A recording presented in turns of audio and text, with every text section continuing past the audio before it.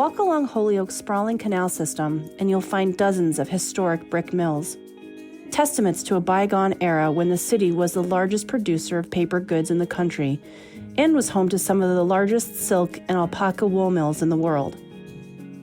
Today, many of those buildings are vacant, having been boarded up for decades, covered in graffiti, blighted. But they also represent an opportunity, if only more developers would invest in rehabilitating these properties. But there are headwinds in a city like Holyoke, where rents are lower and the commuter rail isn't an option for people trying to commute eastward. And restoring these centuries-old properties isn't as easy as it might seem. Often, tens of millions of dollars are required to abate environmental hazards like lead paint and asbestos before construction can begin. On top of that, the uncertainty around tariffs and the federal housing grants are making it even more difficult for local developers trying to move projects along. I'm Laura Colarusso, the editor of CommonWealth Beacon, and today on the Codcast, we're talking with Hallie Claflin, our Gateway Cities reporter, about her reporting out of Holyoke and what challenges lie ahead for the city as it tries to revitalize its housing stock. Hallie, thanks for joining the Codcast. Thanks for having me, Laura. So let's get started with getting the lay of the land. You went out to Holyoke for this story. I'm just curious, what did you see there? Describe the scene for us. Yeah, so Holyoke has a really rich industrial history. It is an old historic mill town, and in the 1800s, it experienced an industrial boom like many other cities in New England and in America, and it became one of the largest manufacturers of paper and paper goods in the country and in the world.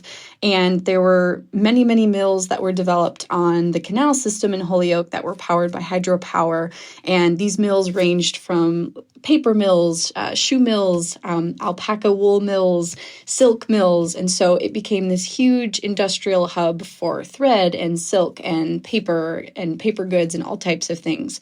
And at one point, I think Holyoke had one of the highest rates of millionaires per capita, and it was, really experienced this industrial boom. But the picture of Holyoke I just painted for you is really not the same Holyoke that we see today. So walking along those same historic canals in that canal system, these are not the same mills today. Like a lot of them are, decades old, if not a century old, and they have been vacant for years and years. Some of them are crumbling. Some of them have been, the windows are boarded up. They've been broken into. There's graffiti. And many of them sit one by one along the canal system, and they're incredibly blighted. But they're a huge part of Holyoke's history, and I'm sure many residents and lots of folks look at them and see a lot of beauty and feel that connection with Holyoke's industrial past, because there's certainly relics and symbols of that past. But there's no doubt that many of them are run down, and they're kind of spread all along Holyoke's downtown area. And so there's a lot of potential and a lot of opportunity sitting there, and it does add a bit of gloom and dreariness to the downtown and to the canal system to see all of these old mill buildings, which were once, these huge relics of industry and wealth and a lot of economic activity that are now just very blighted and vacant and abandoned. Right. And I would imagine, too, that it's not just the buildings themselves that are blighted, but I would imagine that type of an atmosphere makes it hard for other small businesses to put roots down there, start up, or try to get going. So talk a little bit about that, too. Yeah, the entire area is a little bit dreary, and I don't think anyone refutes that, even if, you really enjoy the history of the mills and you enjoy the history of the canal system and the industrial history. It really has become a barrier, not just for housing development, but economic development in general. City officials have told me that, developers come into Holyoke, they come to downtown, they see these boarded up, graffitied buildings that are crumbling and collapsing and old and blighted, and they say, this isn't where I want to build my small business. This isn't where I want to build a restaurant. This isn't where I want to build a shop or a store. But having that lack of economic development only contributes to a greater, lack of housing development. And then that lack of housing development and restoration then contributes to an even greater lack of economic development. So it's sort of this vicious cycle and this repetitive circle that Holyoke has kind of caught into. It's interesting. Many of the gateway cities have faced this problem, and some of them have been able to create more housing out of it, right? Your story points out that there are cities like Lowell and Lawrence where the mills have mostly been converted. So what do you think, or what have you been told or reported on that helps you understand what accounts for the difference? Yeah, it's a stark difference. You have cities like Lawrence and Lowell, and officials there have told me, they don't have any mills left to redevelop. They don't have any vacant old industrial buildings to renovate anymore. They've done it all, and they've turned them into these really beautiful apartments, mixed income apartments, market rate, affordable. There's exposed brick and there's big arching windows, and they're really attractive places to live. But it's such a stark difference from when I walked in downtown Holyoke along that canal system, and I didn't see those same types of renovated mills as I saw in Lynn and Lawrence. And the main reason for that is, a huge difference in housing markets. So Lawrence and Lowell have, these, they have much stronger housing markets and quicker housing markets, often due to their proximity to Boston, and they're connected to the greater Boston area via the commuter rail and the T. And so you have folks that have higher incomes that are moving to Lawrence and Lowell. And so the housing market there is a bit more healthy and a bit more robust and fast moving versus places like Holyoke and Springfield and cities in Western Mass that are not connected to Greater Boston via the T or the commuter rail or any sort of public transportation. Their housing markets are much weaker and slower, and you don't have the same type of you don't have the same type of fast housing market that you have in Lowell and Lawrence. They're just not as quick moving. Right. I was also struck by this quote in your story, and this is from a developer who lives in Holyoke. His name is Dennis Lazuriaga, and I hope I'm pronouncing that correctly. But so what Dennis told you was, developers seem to just pass Holyoke by, and that's where the perception comes in, the whole perception of Holyoke being bad. Plus, developers just not seeing the right kind of projects here. I think we're somewhat stuck. The question is, how long will it take? Will it be years? Will it be decades? And I thought this was interesting for a couple of reasons, but it sort of reminded me first and foremost that there are people on the other end of this discussion, right? I mean, we tend to talk about real estate in terms of markets and who wants to bring money in, who wants to move there, what are housing prices, but it seemed to me that Dennis was talking about this from a very personal place.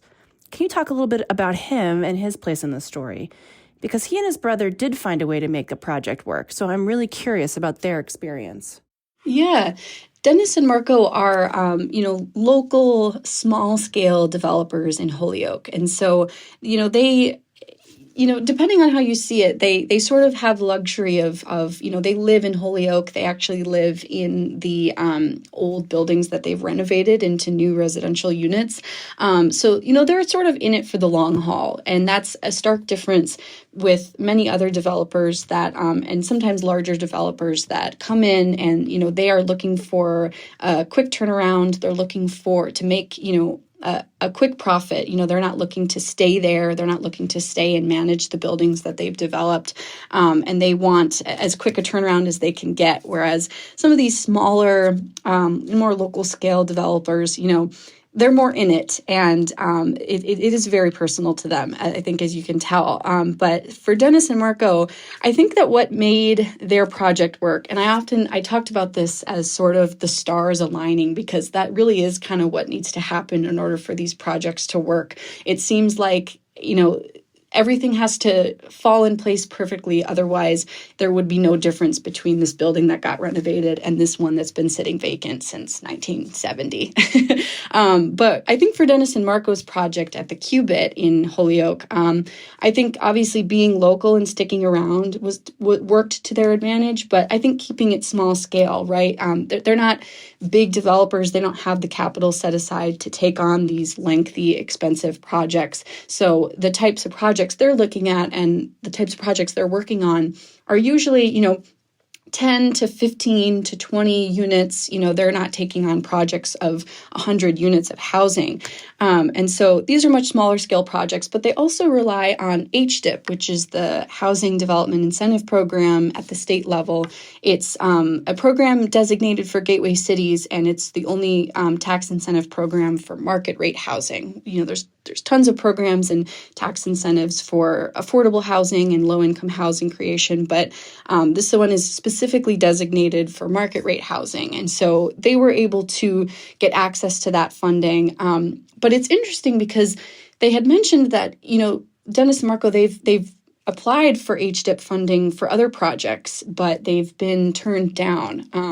And for whatever reason that might be, they had, development plans and cost estimates. But, others have told me that when it comes to HDIP, the state has allocated more funding to it, which has really been able to open up some of those floodgates to, clear a little bit of the backlog and start getting more projects moving.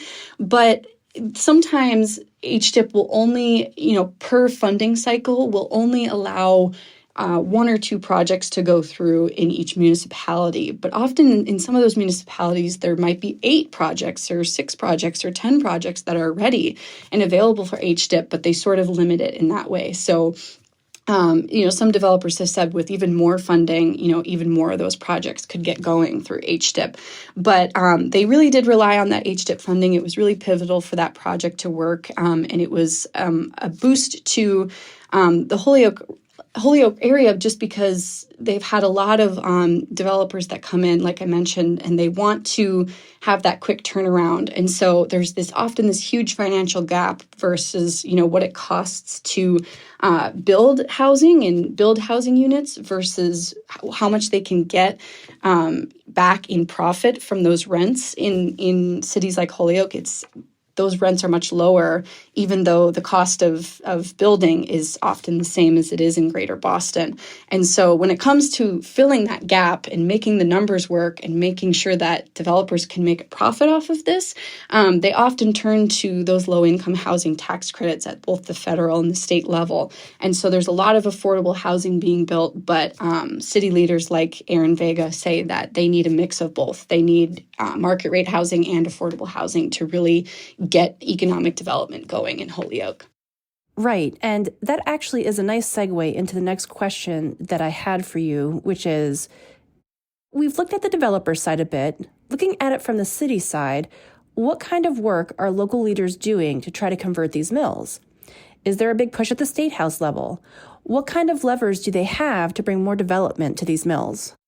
Yeah, I think they try to work really closely with developers, it seems. And, they try to point out certain mills that are really in need of repairs or certain mills that really have a lot of potential, because sometimes these are really huge, massive buildings and they can really be converted into 80, 90, 100, sometimes even upwards of 100 housing units, which is really crucial because gateway cities suffer from a severe lack of housing production. And so they try to point out, certain projects that are really in need of renovation, certain projects that pose the greatest opportunity for more housing and more housing units and more housing construction. But they work closely with developers just in the sense that, with the development of the Far Alpaca Mill in Holyoke, which Wind Development is working on, Wind Development has sort of championed this mill conversion process across the state. They actually owned that building for 10 years and held on to it so that Wynn didn't have to pay taxes on that building. And so they sort of and then that made acquisition much easier for wind development. It made it less expensive, than buying a new property off the private market. So they really do try to set up the conditions so that developers can have, a really seamless, whether it be land acquisition or whatever, have a sort of seamless opportunity to sometimes convert these mills or convert these buildings. But it isn't always that simple. And, city leaders and cities themselves are often, really constrained in what they can do. But they do their best to sort of really attract as many developers as they can. And especially with their, Holyoke's reliance on a lot of these local and smaller developers. Like I mentioned, these are Holyoke residents that are working on these types of projects. So they work, really closely with city officials on those things. I'd like to dive into the barriers a bit more and talk about what it is that's so difficult about development in a place like Holyoke. I mean, we've talked about the rents being a little out of whack, not being what developers would want to be able to get if they were to put serious money into a property. But there are other factors here that you point out in your story. So let's talk about those a bit. One of the biggest ones that I'm not sure a lot of people realize is just how expensive remediation efforts could be. You point out that it could be tens of millions of dollars just to even get to the point where you're starting to build. So let's talk a little bit about that. Yeah. The environmental remediation of these buildings is probably the biggest barrier when it comes to developers saying yes or developers saying no, we can't do that project. So these buildings are, like I said, decades and sometimes even a century-year old. And they have asbestos buried underneath. They have other contaminants, lead paint. They're old, and they were built when environmental codes did not exist. They didn't care about the state-imposed, environmental codes and building codes that we have now. And so, when it comes to not even restoring the buildings themselves, but just getting them cleaned up to get them site ready. We're talking millions of dollars. And in particular, there's one mill in Holyoke that has been vacant for a really long time. It's very blighted. It's got graffiti all over it. It's the Merrick Thread Mill, old Merrick Thread Mill. And city leaders have said they've brought developers in and they just continually say no because the numbers do not work. You can't start a project off already $20 million in debt, $10 million in debt before you even put up drywall, before you even actually renovate these old buildings. And it's funny because restoration often gets viewed as this cheaper option than new housing construction. Housing is so needed in all across Massachusetts, but especially in gateway cities. And it's often seen as this way of just, renovate or flip this old mill or flip this old meatpacking building. But developers really raised their eyebrows at me when I said that. They really said it's really not cheaper. And in fact, sometimes it's just as much as new construction or even more expensive than new construction. And that's really where the environmental remediation comes in. The state has programs, that give money to get these properties to be quote unquote site ready. Mass Development gives site readiness grants, but what I've been told, especially with that particular mill in Holyoke, is that this is often nowhere near enough. You might get $40,000, a $40,000 lump sum from Mass Development for a grant that is to get the property site ready. But that money goes towards, an appraisal. It goes towards a survey to make sure that the property lines are good. It goes towards, bringing in a structural engineer to assess the stability of the building. It goes into all those different things. And that actually doesn't even come anywhere close to, like I said, actually doing the environmental cleanup. So cleaning out the asbestos, cleaning out the lead paint. Some mill buildings are connected to dams and there's a risk of flooding. So that needs to be remediated. There's sometimes water in these buildings that have built up contaminants over the years. That needs to be cleared out. So we're talking tens of millions of dollars, and a $40,000 grant, just scratches the surface of what needs to be done. So developers are still going to look at projects like that, like the old Merrick Thread Mill in Holyoke, and they're going to say, no, I can't make this work. I can't make the numbers work. And so, environmental remediation has been a big barrier. And often it's hard to actually understand what needs to be remediated. You have developers coming into these buildings, and once they take the project on and really start digging and really start getting into the building itself, they start to realize all sorts of things that are wrong and need to be cleared out and need to be remediated. It'd be easy if people could just, once they want to do away with the building, could just demolish it and be done with it. But it's not that simple. State law no longer allows you to just demolish a building. You have to remediate it either way. So you have developers like Wind Development with that big restoration project in Holyoke at the Far Alpaca Mill. They once they got going on that project, a roof collapsed, and then they had to fix it with steel bracing from the outside. That added, $1 million or more to the project. Once they started building the parking lot for that project, once they started digging for the drainage structure, they found an old buried mill underground that needed remediation to clear out the asbestos. So we're talking about really unexpected expenses, and there's no way to know actually what you're getting into until you actually get into it. And there is the Brownfields tax credit program, another state tax credit program that actually is meant to help with some of these remediation costs.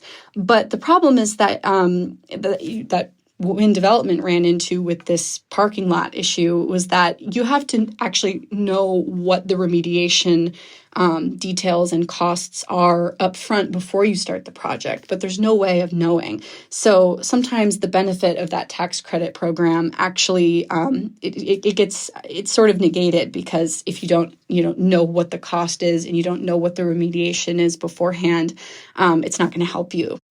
I would imagine, too, that once they get into the process, whether it's remediation or perhaps the actual building process, there are codes that are often at odds with each other. There's that nugget in your story about the stairwell railing that had to be preserved by the edict of the Preservation Committee, but to meet new code, it would have to be raised by 6 inches.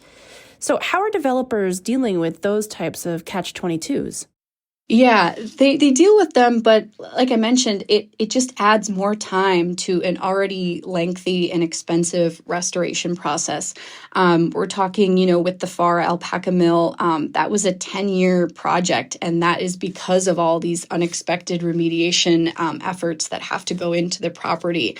It is a lengthy and grueling process, and it's not easy. And when it comes to certain codes being in conflict with each other, that was the best example they gave me, was that, sometimes with the historic tax credits, which are at both the state and federal level, you have a historic commissioner that wants you to, preserve certain parts of the old building. So they want you to preserve the brick, they want you to preserve an old stairwell or a railing or a window, but by preserving those things often aren't up to building codes. And so the code might tell you, no, you have to do away with this stairwell or this stair railing. You have to raise it. You have to, do certain things with it. And so they usually get sorted out, but it just adds more time to an already really lengthy process. And that's why you have projects that end up taking literally a decade. And so when you talk about taking a decade to add, 80 units of housing in cities like Holyoke, that's not, Aaron Vega, a city leader, joked we're not solving the housing crisis at that rate anytime soon. Right. And then on top of everything we've talked about, now developers are dealing with fluctuating tariffs. So much of our building material comes from overseas, a lot of it from Canada, which had a 25% tariff, but that went up to 35% on August 1st. How are developers dealing with these fluctuations, and are they able to absorb this cost, or do we not know yet? I'd say we don't quite know yet, because we're just starting to see the beginning of it. We are seeing certain developers dealing with an increase in the price of materials, whether that be wood or steel. Steel is the most common one that was brought to my attention. But I think the problem here is that, you have small developers that are dealing with this, and that's often a huge, they don't have the capital set aside to deal with, rising costs of materials. Materials have already risen in cost by tenfold since the pandemic.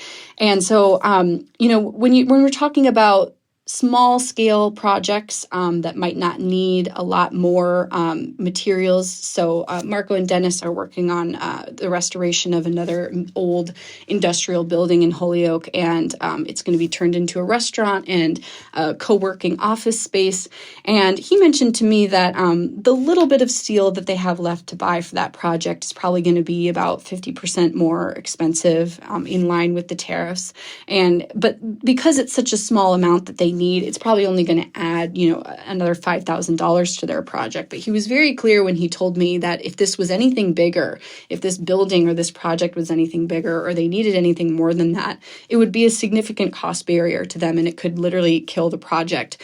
And so, like I mentioned, when we're talking about gateway cities where Mass Inc. came out with a housing report last year saying that gateway cities need to double their housing production. When we're talking about throwing in some of those cost barriers and that are going to slow housing production even more, that might make developers look at the numbers and say, I can't do this project. I can't make these numbers work.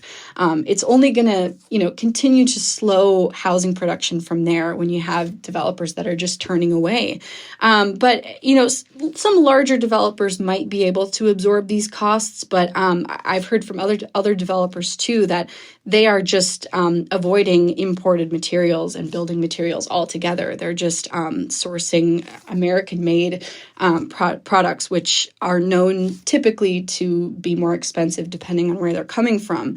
But yeah, I think the biggest issue that we're seeing right now among housing developers, especially in gateway cities that I've learned, is that just the uncertainty around the tariffs is actually in and of itself a barrier that is slowing housing production already. You have, these tariff policies that are changing all the time. Every few months, they're changing on a political whim. And it's not quite clear what the tariffs are and what they apply to and if they're going to change. And so, I've had developers tell me that with projects that they're working on right now, how do you budget that? How do you predict costs and plan for a project where you don't even know what the price is of your building materials, and you don't know if that price is going to increase tenfold or if it's going to decrease? It's making it really hard to budget and plan for that. And, you have to factor in the cost of what this steel might be now, or what this steel might cost in a month, what this steel might cost in 2 months. It's really hard to plan for that. And so that's really working to stall projects as well. And like I mentioned, you have cities like Holyoke.